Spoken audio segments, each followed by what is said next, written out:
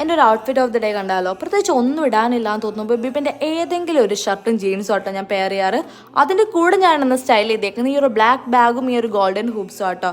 അപ്പം നല്ല ലൈറ്റ് ആയിട്ടുണ്ടായിരുന്നു കോളേജിൽ പോയി. ഞാൻ അപ്പം തന്നെ വീട്ടിൽ നിന്ന് ഇറങ്ങി കേട്ടോ. അപ്പോൾ കോളേജിൽ എത്തിയപ്പോൾ എൻ്റെ ഹെയർ ഫുൾ മെസ്സായിരുന്നു. ഞാൻ അതെല്ലാം അഡ്ജസ്റ്റ് ചെയ്യുന്ന സമയത്ത് ഈ കീർത്തൻ എൻ്റെ അടുത്തിരുന്ന് ആളുടെ ഹെയർ അഡ്ജസ്റ്റ് ചെയ്ത് എനിക്ക് വേണ്ടി പോസ് ചെയ്യാം കേട്ടോ.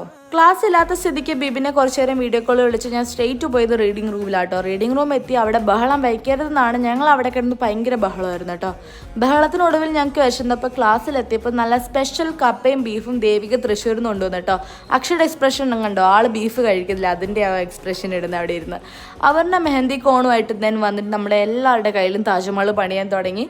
ആൾ ഇട്ടിട്ട് വന്നപ്പോൾ നമുക്ക് എന്താവും എന്നറിയില്ലായിരുന്നു, പക്ഷേ എൻഡ് റിസൾട്ട് നല്ല ഭംഗിയായിരുന്നു കേട്ടോ കാണാനായിട്ട്. എന്നിട്ട് നമ്മൾ 3 പേരും 3 വഴിക്ക് പിരിഞ്ഞ് നേരെ ഞാൻ വീട്ടിലെത്തി. ടയേർഡാണെങ്കിലും ഞാൻ ഒന്നുകൂടി എൻ്റെ ഔട്ട്ഫിറ്റ് ചെക്ക് ചെയ്തിട്ടാണ് ഡ്രസ്സ് മാറ്റിയത്.